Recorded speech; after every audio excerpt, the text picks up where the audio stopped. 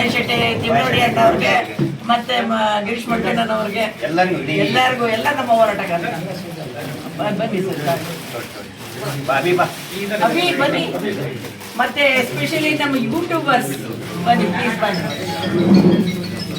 ನಮ್ಮ ಜಿಲ್ಲೆ ಜನತೆ ನಾವು ನಿಮ್ಗೆಲ್ಲರಿಗೂ ಆಭಾರಿ ಸರ್. ತಾವು ಬನ್ನಿ ಸರ್ ಪ್ಲೀಸ್. ನಿಮ್ಮೆಲ್ಲ ಸಹಕಾರ ಅಭಿ ಬನ್ನಿ. ಯಾರೇ ಆಗಲಿ ಮಾಧ್ಯಮದವರು ಯಾರ ಪರಾಗಿ ನಿಂತ್ಕೋಬಾರ್ದು. ಅದು ಏನಾಗಿದೆ ವಾಸ್ತವದಲ್ಲಿ ಈಗ ಅದನ್ನ ಕೆಲವು ಮಾಧ್ಯಮದವರು ನನಗೆ ಗೊತ್ತಿದ್ದಾಗೆ ರಾಜಕಾರಣಿಗಳ ವ್ಯಕ್ತಿಗಳು ನಡೆಸುವಂತ ಮಾಧ್ಯಮಗಳಿದ್ದಾರೆ. ಅಲ್ಲ ಅವ್ರು ನಡೆಸ್ತಿದ್ದಾರೆ ಅಲ್ಲ ನನಗೆ ಇದ್ದಿದ್ದಾಗೆ. ಸೊ ಈಗ ನಾನೊಬ್ಬ MLA ಆಗಿ ನನ್ನ ವಿರುದ್ಧ ನನ್ನ ಸಂಸ್ಥೆ ಯಾಕೆ ಕೆಲಸ ಮಾಡ್ತಾರೆ? ಇದು ಒಳಗುಟ್ಟನ್ನ ಯಾರು ಹೇಳಂಗಿಲ್ಲ. ಹೌದು, ಅದು ವಾಸ್ತವ ಅಷ್ಟೇ. ಹೇಳಬಾರ್ದು. ಮತ್ತೆ ಮಾಡಿಲ್ಲ ಅಂದ್ರೆ ಎಲ್ಲರೂ ಬೆಳ್ತಾ ಇರ್ತೀವಿ. ಅಲ್ಲ ನಾವು ಕ್ಲಿಯರ್ ಆಗಿರ್ತೀವಲ್ಲ ಸರ್. ನಾವು ಕ್ಲೀನ್ ಆಗಿರೋದೇ ದೊಡ್ಡ ಅಸೆಟ್. ಈಗ ಏನು ಆರೋಪ ಮಾಡಿದ್ರು ಆರೋಪ ನಮ್ಗೇನು ತಾಗಲ್ಲ. ಅಲ್ಲ ಮೇಡಮ್, ಈಗ ಈಗೇನೋ 200 ಕೋಟಿ ಆರೋಪ ಬಂತ, ಕೇಸ್ ಕೂಡ ಸುಳ್ಳು ಅಂತ ಗೊತ್ತಾಯ್ತು, ಹೊಡೆದಾಕಿದ್ರು. ಈಗ ನೀವು ಹೋರಾಟ ಉಗ್ರವಾಗಿರುತ್ತಾ ಅಥವಾ ಹಿಂದೆ ಸರಿಯುವಂತ ನಿರಂತರ ಹೋರಾಟಗಾರರಿಗೆ ಯಾರು ಹೇಳಿದ್ರು ಯಾರು ಮಾಡಿದ್ರು ಪರವಾಗಿ ನಾವು ಕೆಲಸ ಮಾಡೋರಲ್ಲ. ಯಾರ ಪರನೂ ನಾವಲ್ಲ, ನಾಯಪ್ಪ ಏನು ಅನ್ಯಾಯ ಆಗಿತ್ತೋ ಅಷ್ಟೇ ಅಷ್ಟೇ. ಹೆಣ್ಣ ಗಂಡ ಅದನ್ನ ನಾವು ನೋಡಲ್ಲ, ಜಾತಿ ಪಾತಿನೂ ನೋಡಲ್ಲ. ಎಲ್ಲರಿಗೂ ನ್ಯಾಯ ಬೇಕಲ್ಲ. ಹೌದು, ಬೇಕು. ನಾವು ಜಾತಿ ಪಾತಿ ಕಟ್ಕೊಂಡು ನಾವೇನ್ ಮಾಡೋಣ? ಬೇಕಾಗಿಲ್ಲ. ಮನುಷ್ಯತ್ವ ಜಾತಿ ಒಂದೇ ಜಾತಿ.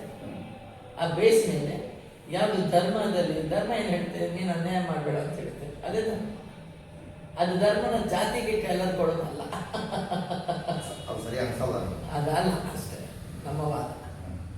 ಅಲ್ಲ ಮೇಡಮ್, ಈಗ ನಾವೇನು ಸ್ವಲ್ಪ ಮಾತಾಡಿ ಸಾಕು, ಧರ್ಮಸ್ಥಳ ಸ್ವಾಮಿ ಮೇಲೆ ಇಷ್ಟದೆಲ್ಲ ಅಪವಾದ ಹೊರಿಸ್ತೀವಿ, ನೀವು ಅದಕ್ಕೆ ಕೆಟ್ಟಷ್ಟು ಅಂತ ಹೇಳ್ತಾರಲ್ಲ ಜನರು. ಈಗ ಮಂಜುನಾಥ ಸ್ವಾಮಿನ ಅವ್ರ ಹೆಸರಿಗೆ ಬಳಸ್ಕೊಂಡಿದ್ದಾರೆ. ಅದನ್ನ ಹೌದು ಹೌದು ಅದೆಲ್ಲ ನಡೀತಿದೆ, ಅದು ಹೋರಾಟ ಆಗ್ತಿದೆ, ಅದೆಲ್ಲ ಸುಪ್ರೀಂ ಕೋರ್ಟ್ ಅಲ್ಲಿ ಇದೆ. ಅಲ್ಲ ಹೌದು ಹೌದು ಸುಪ್ರೀಂ ಕೋರ್ಟ್ ಅಲ್ಲಿ ಇದೆ. ಅದನ್ನು ಚಾಲೆಂಜ್ ಮಾಡಿದ್ದಾರೆ.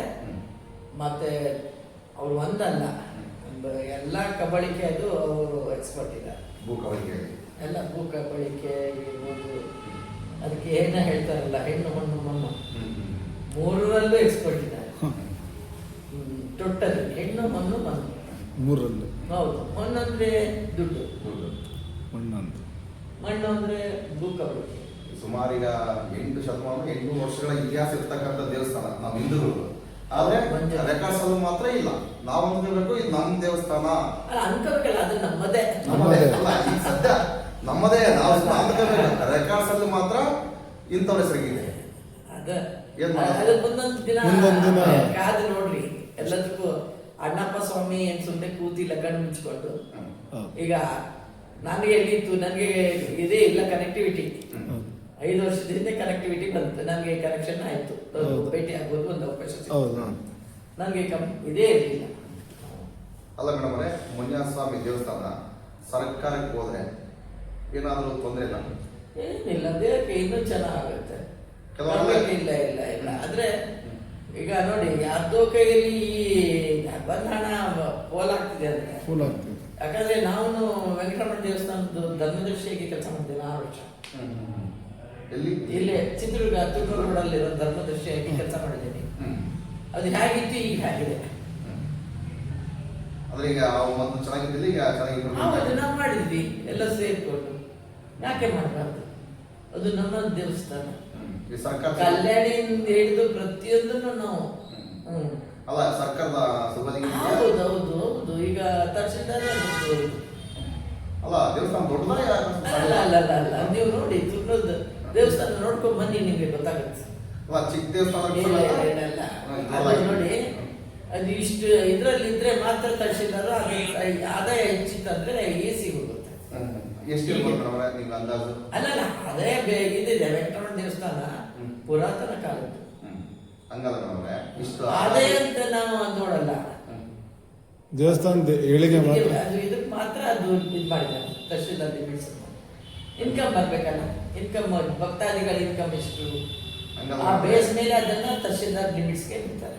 ಹಂಗಂದ್ರೆ ಸುಮಾರು ಅಂದಾಜು ಪ್ರಕಾರ ಒಂದು 50 ಲಕ್ಷ 1 ಕೋಟಿ ಆಗುತ್ತೆ ಆ ದೇವಸ್ಥಾನದ್ದು ಭಕ್ತಾದಿಗಳಾಗ್ತಕ್ಕಂಥದ್ದು ಭಕ್ತರು. ಇಲ್ಲ ಇಲ್ಲ, ನನಗೆ ಯಾಕಂದ್ರೆ ನಾವು ಕಲೆಕ್ಷನ್ ಇದು ಕೌಂಟ್ ಮಾಡ್ಬೇಕಾದ್ರೆ ನಾವು ಇರ್ತಿರ್ಲಿಲ್ಲ, ಬೇರೆ ಟ್ರಸ್ಟಿಗಳು ಹೋಗ್ತಿದ್ವಿ.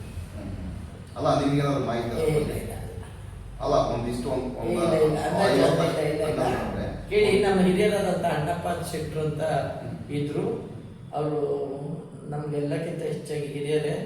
ಅವರು ಮನೆಯಿಂದ ತಿಂಡಿ ಕಟ್ಸ್ಕೊಂಡು ಬಂದು ನಾವು ದೇವಸ್ಥಾನ ಕೆಲಸ ಮಾಡ್ತಿದ್ವಿ. ದೇವಸ್ಥಾನ ದುಡ್ಡು ಸಹಿತ ನಾವು ಮುಟ್ತಿರ್ಲಿಲ್ಲ. ಹಂಗಲ್ಲ ಮೇಡಮ್, ನಾನು ಕೇಳ್ತಿರೋದು ಹೆಂಗಂದ್ರೆ ಸರ್ಕಾರದ ಕಣ್ಣಿಗೆ ಒಂದು 50 ಲಕ್ಷ 20 ಲಕ್ಷ ಬೇಕಂದ್ರೆ ಅದು ತಹಸೀಲ್ದಾರ್ ಆಡಳಿತಕ್ಕೆ ಬರಬೇಕು, ಇಲ್ಲ ನಮ್ಮ ರಾಜ್ಯ ಸರ್ಕಾರ ತಗೋಬೇಕು. ಅಲ್ಲ ರಾಜ್ಯ ಸರ್ಕಾರ ಅಲ್ಲ, ಅದು ಇಂಪ್ಲಿಮೆಂಟ್ ಆಫ್ ದಟ್ ದೇವಸ್ಥಾನ.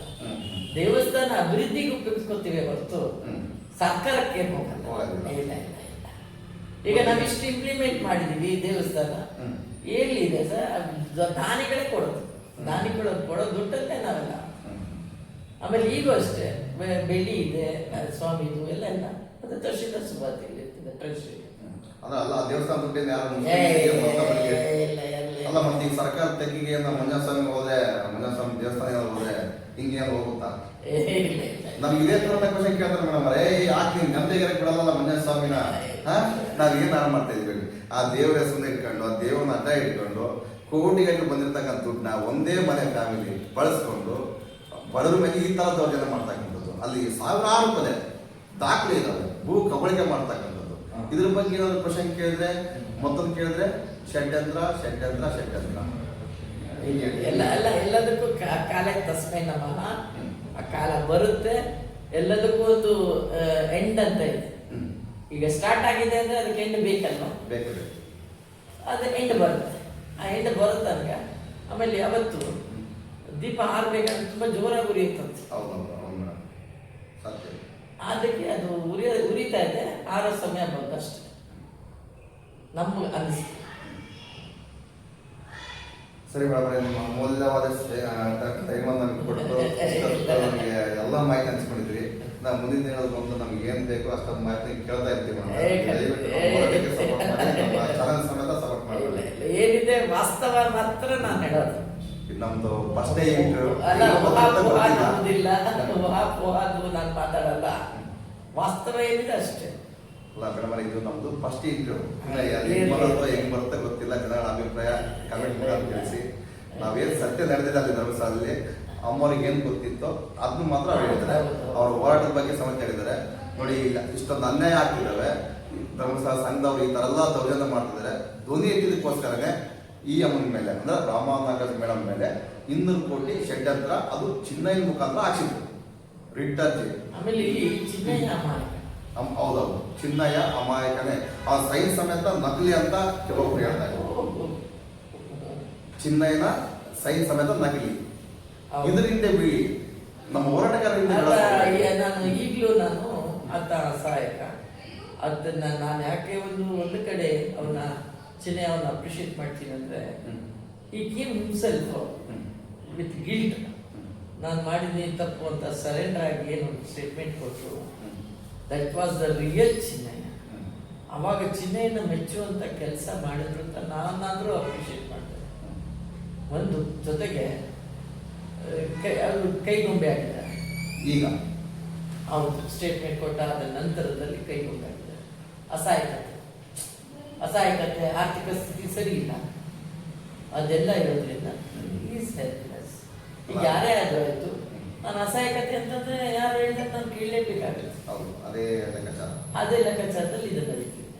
ಹಾಗಾಗಿ ನಾನು ಹೇಳೋದು, ಚಿನ್ನಯ್ಯನ ಮೇಲೆ ನನಗೆ ಗೌರವ ಇದೆ ಒಂದು ಕಡೆ. ಯಾಕಂದ್ರೆ ಬಯಲಿಗೆ ತಂದದ್ದೇ ಚಿನ್ನಯ್ಯ. ಇಲ್ಲ ನನಗೆ ಗೊತ್ತೇನೆ ಆಗ್ತಿಲ್ಲ, ಆಗ್ತಿರ್ಲಿಲ್ಲ, ಬರೀ ಸೌಜನ್ಯ ಸೌಜನ್ಯ ಸೌಜನ್ಯ ಅನ್ಕೊಂಡಿರ್ತೀನಿ. ಅದು ಚಿನ್ನಯ್ಯ ಅವರು ಆ ಒಂದು ಇದಿದೆ ನೋಡಿ, ನಾನು ತಪ್ಪು ಮಾಡಿದ್ದೀನಿ ಅನ್ನೋ ಒಂದು ಮನಸ್ಥಿತಿ ಇದೆ, ಅದನ್ನ ಬಡದೆಬ್ಬಿಸ್ತು. ಅದನ್ನ ಬಡದೆಬ್ಬಿಸಿದ್ದೆ ಮಂಜುನಾಥ ಸ್ವಾಮಿ, ಮತ್ತೆ ಯಾರು ಅಲ್ಲ. ಅಲ್ಲಿ ಯಾರು ಬಂದಿಲ್ಲ. ಯಾವುದೋ ಬೇರೆ ರಾಜ್ಯಕ್ಕೆ ಹೋಗಿದ್ರು ಸ್ವಾಮಿ ಎಲ್ಲಿದ್ರು ತನ್ನ ಕೆಂಪ ಮಾಡಿ ತೋರಿಸ್ತಾರೆ. ಸತ್ಯ ನೋಡಿ, ಏನೇ ತಪ್ಪು ಮಾಡಿದ್ರೆ ಸಮೇತ ಮುಚ್ಚೋಗ್ತವೆ. ನಮ್ಮ ಹತ್ರ ದುಡ್ಡಿದಾವೆ, ಏನ್ ಬೇಕಾದ್ರೂ ಮಾಡ್ತೀವಿ. ನಿಮ್ಮಲ್ಲೇ ಕೆಲಸ ಮಾಡ್ತಕ್ಕಂಥ ವ್ಯಕ್ತಿ ಈಗ ಬಂದು ಅದನ್ನೇ ಹೇಳ್ತಾರೆ. ಈಗ ಸಿಕ್ಕಿದವಲ್ಲ ಮೂಳೆ, ಎಲ್ಲಿ ಬುರುಡೆಗೆ ಆಗಿ ಬುರುಡೆ ಅದೇನಿಲ್ಲ, ಬದನೆಕಾಯಿ ಇಲ್ಲ. ಬಿ ರಿಪೋರ್ಟ್ ಅಂತ ಕೆಲವರು ಹೇಳ್ತಿದ್ದಾರೆ. ಬಿ ರಿಪೋರ್ಟ್ ಅಂದ್ರೆ ಏನ್ ಮೇಡಮ್? ಬಿ ರಿಪೋರ್ಟ್ ಅಂದ್ರೆ ಇಲ್ಲಿಗೆ ಮುಕ್ತಾಯ ಅಂತ, ಅಂದ್ರೆ ಸುಳ್ಳು ಕೇಸ್ ಅಂತ. ಹೌದು. ಯಾವ ಸುಳ್ಳಿದೆ? 1500 ಚಿಲ್ಡ್ರ ಕೇಸ್ ಇದೆ, ಮಿಸ್ಸಿಂಗ್ ಆಗಿರ್ತಕ್ಕಂಥ ದಾಖಲಾತಿಗಳು ಇಲ್ಲ, 1000 ಮೂಳೆಗಳು ಸಿಕ್ಕಿದಾವೆ. ಸುಳ್ಳು ಹೇಳಿದೆ ಮೇಡಮ್. ಚಿನ್ನ ಹೇಳ್ತಕ್ಕಂಥ ಸತ್ಯ ತಾನೆ. ಸುಳ್ಳು ಹೇಳಿದ್ದ ಯಾವುದು? 200 ಕೋಟಿ ಮೇಡಮ್ ಫಂಡಿಂಗ್ ಕೊಡೋಂತಲ್ಲ, ಇದು ಸುಳ್ಳು. ಇದು ಪ್ರಸಾರ ಮಾಡೋಣ ನೀವು ಸಮೇತ. ಪ್ರಸಾರ ಮಾಡ್ತಿಲ್ಲ ಮಾರಿಕೊಂಡ ಮಾಧ್ಯಮಗಳು. ಏನ್ ಹೇಳ್ಬೇಕು ನಿಮಗೆ? ನಮಗಂತ ಫುಲ್ ಆಕ್ರೋಶ ಬರ್ತಿದೆ ಮೇಡಮ್. ಇವಾಗ ಒಂದು ವಾರದಿಂದ ಅಲ್ಪ ಸ್ವಲ್ಪ ರೂಪಾಯಿಯನ್ನು 4 ಆಣೆ ಭಾಗ ತೋರಿಸ್ತೀರ, 12 ಆಣೆ ಭಾಗ ತೋರಿಸ್ತಾ ಇಲ್ಲ. ನೀವು ಕರೆಕ್ಟಾಗಿ 100% ತೋರಿಸಿದ್ರೆ ಇವತ್ತಿನ ದಿನ ನ್ಯಾಯ ಸಿಕ್ಕೇ ಸಿಗ್ತೀವಿ. ಯಾರೇ ಆಗಲಿ ಮಾಧ್ಯಮದವರು ಯಾರು ಪರಾಗಿ ನಿಂತ್ಕೋಬಾರ್ದು. ಹೌದು ಮೇಡಮ್. ಅದು ಏನಾಗಿದೆ ವಾಸ್ತವದಲ್ಲಿ ಅಷ್ಟೇ. ಈಗ ಅದನ್ನ ಕೆಲವು ಮಾಧ್ಯಮದವರು ನನಗೆ ಗೊತ್ತಿದ ಹಾಗೆ ರಾಜಕಾರಣಿಗಳ ವ್ಯಕ್ತಿಗಳು ನಡೆಸುವಂತ ಮಾಧ್ಯಮಗಳಾಗಿದ್ದಾರೆ. ಅಂದ್ರೆ ಅವ್ರ ಕೈಗೊಂಬೆನ ಅಥವಾ ಅಲ್ಲ, ಅವ್ರು ನಡೆಸ್ತಿದ್ದಾರೆ. ಎಲ್ಲ ನನಗೆ ಇದ್ದಿದ್ದಾಗೆ. ಸೊ ಈಗ ನಾನೊಬ್ಬ MLA ಆಗಿ ನನ್ನ ವಿರುದ್ಧ ನನ್ನ ಸಂಸ್ಥೆ ಯಾಕೆ ಕೆಲಸ ಮಾಡ್ತಾರೆ? ಇದು ಒಳಗುಟ್ಟನ್ನ ಯಾರು ಹೇಳಂಗಿಲ್ಲ. ಹೌದು. ಅದು ವಾಸ್ತವ ಅಷ್ಟೇ. ಅವರವರೇ ಇರೋ ಹೊತ್ತಿನಲ್ಲಿ ಅವ್ರ ಕೂತುಗಳು ಅವ್ರು ಹೆಂಗ್ ಬೈಲಿಗೆ ಹಾಕ್ತಾರೆ? ಅವ್ರು ಮಾಡಿರ್ತಕ್ಕಂಥ ಅನ್ಯಾಯಗಳು ಹೆಂಗ್ ಬೈಲಿಗೆ ಹಾಕ್ತಾರೆ? ಆಗಂಗಿಲ್ಲ. ಎಲ್ಲ ಮುಚ್ಕೊಂಡು ಹೋಗ್ತಕ್ಕಂಥದ್ದು. ಅದರಲ್ಲಿ ನಮ್ಮ DK ಸಾಹೇಬರು 1000 DKಶಿಗಳು 100 DKಶಿಗಳು ನಾವು ನಿಮ್ಮ ಪರವಾಗಿರ್ತೀವಿ, ನೀವು ಯಾರ ಪರವಾಗಲ್ಲ. ಇದು ನಮ್ಗೆ ಏನು ತೊಂದರೆನೇ ಇಲ್ಲ. ನಮಗೆ ಏನಿದೆ ಅದನ್ನ ಬೈಲಿ ಹಾಕಿ. ಮೇಡಮ್ ಸುಮಾರು ಒಂದು 4-5 ತಿಂಗಳಾಯ್ತು ವರದಿ ಬರಲಿ ಖಾಲಿ ಬೆಕ್ಕಲ್ಲಿ ಫುಲ್ ಬಂದಿದೆ. ಬೈಲಿ ಹಾಕ್ರಿ, ಅದನ್ನೇ ಕೇಳ್ತಕ್ಕಂಥದ್ದು ನಾವು. ಬೈಲಿಗೆ ಆಗ್ತಾ ಇಲ್ಲ, ಮತ್ತೊಂದು ಮಾಡ್ತಾ ಇಲ್ಲ. ಸುಮ್ಮನೆ ಬುರುಡೆ. ನೀವು ಬುರುಡೆ ಬಿಡ್ತಿದ್ರೋ, ನಾವು ಬುರುಡೆ ಇರ್ತಾವ, ನಮಗೆ ತಲೆ ಕೆಟ್ಟು ಹೋಗ್ಬಿಡಿ. ಜನಗಳ ಸಮಯ ಎಷ್ಟು ಕೆಟ್ಟೋಗಿದೆ ಗೊತ್ತಿಲ್ಲ. ಹೌದು ಮೇಡಮ್? ಅಲ್ಲ, ನಾನು ಹೇಳೋದು ಎಲ್ಲದಕ್ಕೂ ಬರುತ್ತೆ ಸಮಯ. ಅದು ಮಾಡಿಸ್ತಾರೆ, ದೇವರೇ ಮಾಡಿಸ್ತಾರೆ. ಮಂಜುನಾಥ ಸ್ವಾಮಿ, ಅಣ್ಣಪ್ಪ ಸ್ವಾಮಿ ಸುಮ್ಮನೆ ಅಲ್ಲ. ಆಮೇಲೆ ಸೌಜನ್ಯ ಹೆಣ್ಣು ಮಗು, ಅವಳು ಆದಿಶಕ್ತಿಗೆ ಬರ್ಬಿಟ್ಟಿದ್ದಾರೆ. ಸತ್ಯ ಮೇಡಮ್. ನೋಡಿ, ಆ ಹುಡುಗಿ ಆದಾಗಿಂದ ಇಲ್ಲಿಯವರೆಗೂ ಯಾವುದಾಗಿಲ್ಲ. ಅಂದ್ರೆ ಮುಚ್ಕೊಂಡೋಗಿರೋದು ಗೊತ್ತಿಲ್ಲ ನಮಗೆ. ಕಣ್ಣಿಗೆ ಕಾಣುವಂಥ ಪ್ರಕಾರ ಅಂತ ಆಗಿಲ್ಲ. ಅದು ಒಂದು ಇಷ್ಟು ನೋವು ಅಂತಂದ್ರೆ, ಒಬ್ಬ ಯಾವುದೇ ಒಬ್ಬ ರೇಪಿಸ್ಟ್ ಆದರೆ ತನ್ನ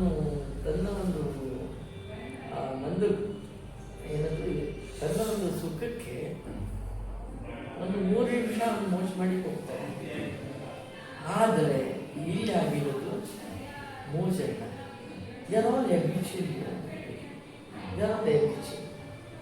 ಅಂದ್ರೆ ಮಾಡ್ತಾ ಹೋದ್ರೆ ಇಟ್ಸ್ ಡಿಫ್ರೆಂಟ್. ಇಲ್ಲಿ ಯಾವ್ದಲ್ಲ, ಅವ್ರು ಅದರಲ್ಲೇ ಪಳಗ್ಬಿಟ್ಟಿದ್ದಾರೆ.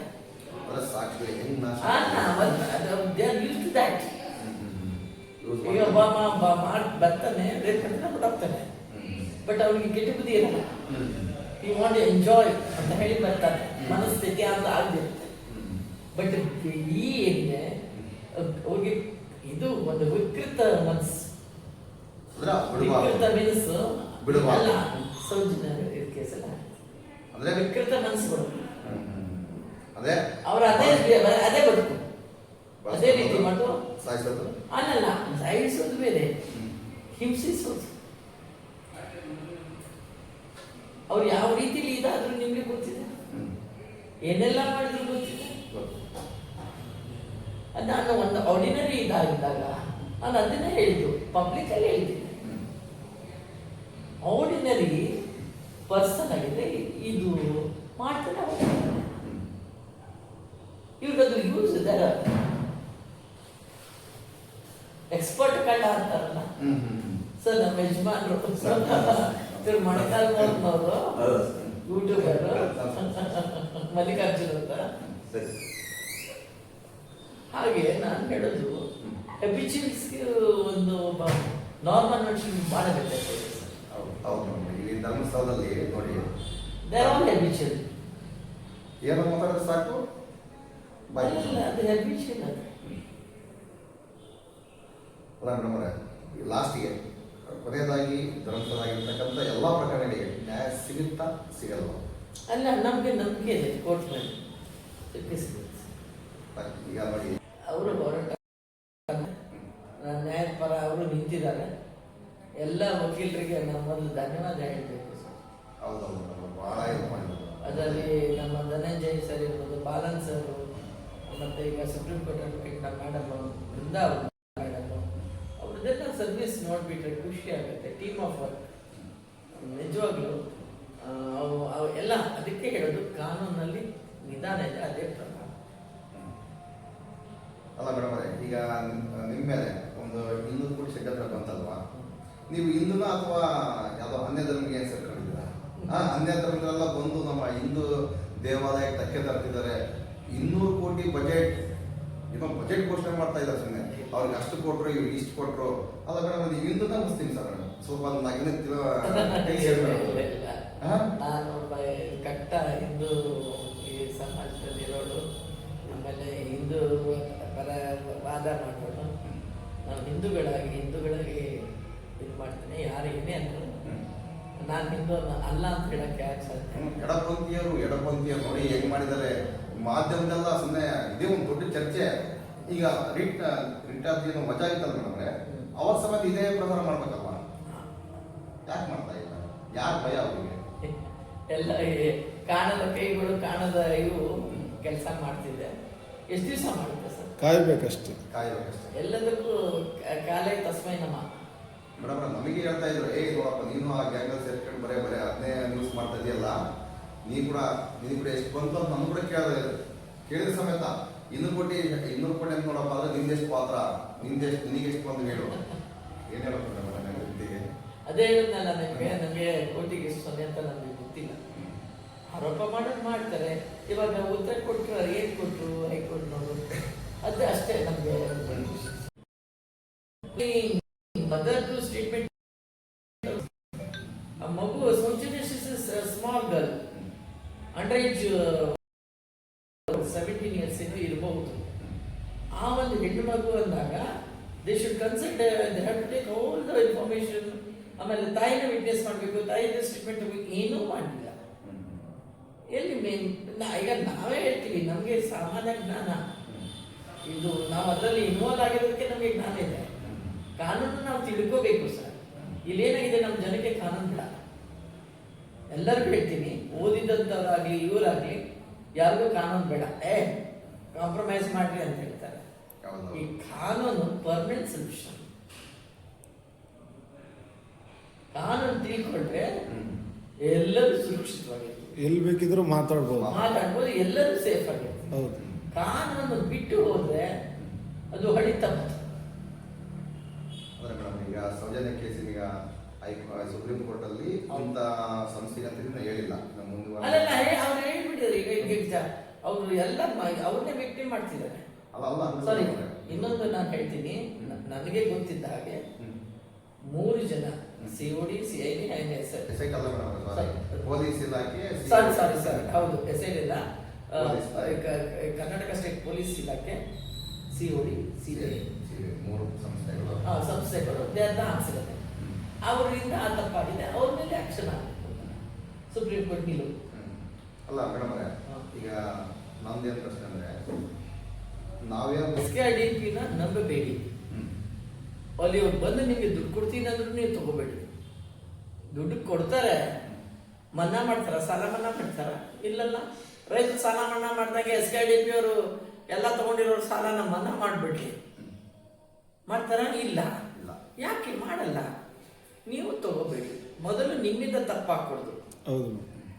ನಮ್ಮೆಲ್ಲ ಎಷ್ಟೋ ಜನಕ್ಕೆ ಈಗ ಇನ್ಶೂರೆನ್ಸ್ ಅಂತ ಕಟ್ಟಿಸ್ಕೊಂತಾರೆ, 10,000 ಇನ್ಶೂರೆನ್ಸ್ಗಿಂತ ಈಗ ಇದನ್ನ ಇನ್ನೂ ಒಂದು ಕೆಲವು ಹೆಣ್ಣುಮಕ್ಕಳು ವ್ಯವಸ್ಥೆ ಇದು ನಿಲ್ಲಬೇಕು. ಫಸ್ಟ್ ತಗೊಳ್ಳೋರ್ದೇ ತಪ್ಪು. ಹೌದು, ಅವ್ರು ಸುಮ್ಮನಿದ್ರೆ ಅವ್ರಿಗೆ SKIDP ಅವ್ರು ಒಂಥರ ಬಡ್ಡಿ ವಸೂಲಿ ಮಾಡಿದ್ರೆ, ಈ ಹೆಣ್ಮಕ್ಳೇ ಬಡ್ಡಿ ವಸೂಲಿ ನಿಂತುಬಿಟ್ಟಿದ್ದಾರೆ. 100% ಹಿಂಗೂ ಮಾಡ್ತಾರೆ. ಹೌದು, ಅವ್ರು ಹೆಂಗ್ ಮಾಡ್ತಾರೆ. ಬಟ್ ಆ ರೀತಿನೂ ಈಗ ಎಲ್ಲ ಫೈನಾನ್ಷಿಯಲಿ ಸೌಂಡ್ ಇರೋರು ಸಹಿತ ದುಡ್ಡು ಹೋಗ್ತಿದ್ದಾರೆ. ಅದು ನನಗೆ ಟ್ರಾಜಿಡಿ ಹೇಳೋದು. ಹಾಗಾದ್ರೆ ತಿಳಿದಂಥವ್ರು ನಾವು ತಪ್ಪು ಮಾಡೋದು ಬೇಡ. ಯಾರು ಹೆಣ್ಣು ಮಕ್ಕಳು ಹೋಗ್ಬೇಡಿ. ಕಾನೂನುಬದ್ಧವಾಗಿ ಯಾವುದೇ ಬ್ಯಾಂಕಿಗೆ ಹೋದ್ರೆ ಕೊಡ್ತಾರೆ. ಕೆಲವೊಬ್ರೀಗ ನಮ್ದು ಯಾವುದೇ ಥರ ರೆಕಾರ್ಡ್ಸ್ ಇರಲ್ಲ, ಏನೂ ಇಲ್ಲ ಅಂತಂತೇಳಿ ಆಧಾರ್ ಕಾರ್ಡ್ ಮೇಲೆ ಕೊಡ್ತಾರೆ ಅಂತೇಳಿ ತಗೊಂಡ್ಬಿಡ್ತಾರೆ. ಈಗ ಮನೆ ಪರಿಸ್ಥಿತಿ ಅದಕ್ಕೆ ಸರಿ ನಾನು ಇರಲ್ಲ, ಕಷ್ಟ ಆದಾಗ. ಪರಿಸ್ಥಿತಿ ಸರಿ ಇಲ್ಲ ಅಂತ ಹೇಳ್ಬಿಟ್ಟು ಹಾ. ಮಾಡ್ಬಾರ್ದೆಲ್ಲ ಮಾಡಿದ್ರೆ ಆಗ್ಬಾರ್ದೆಲ್ಲ ಆಗುತ್ತೆ. ಹೌದು. ಅದಕ್ಕೆ ಅವರೇ ಮಾಡಿ. ಪರಿಸ್ಥಿತಿ ಸರಿ ಇಲ್ಲ ಅಂದ್ರೆ ಎಲ್ರ ಮನೆಯಲ್ಲಿ ಪರಿಸ್ಥಿತಿ ಸರಿ ಇಲ್ಲ ಅಂತ ಹಿಂಗೆ ಮಾಡ್ತಾರ? ಇಲ್ವಲ್ಲ.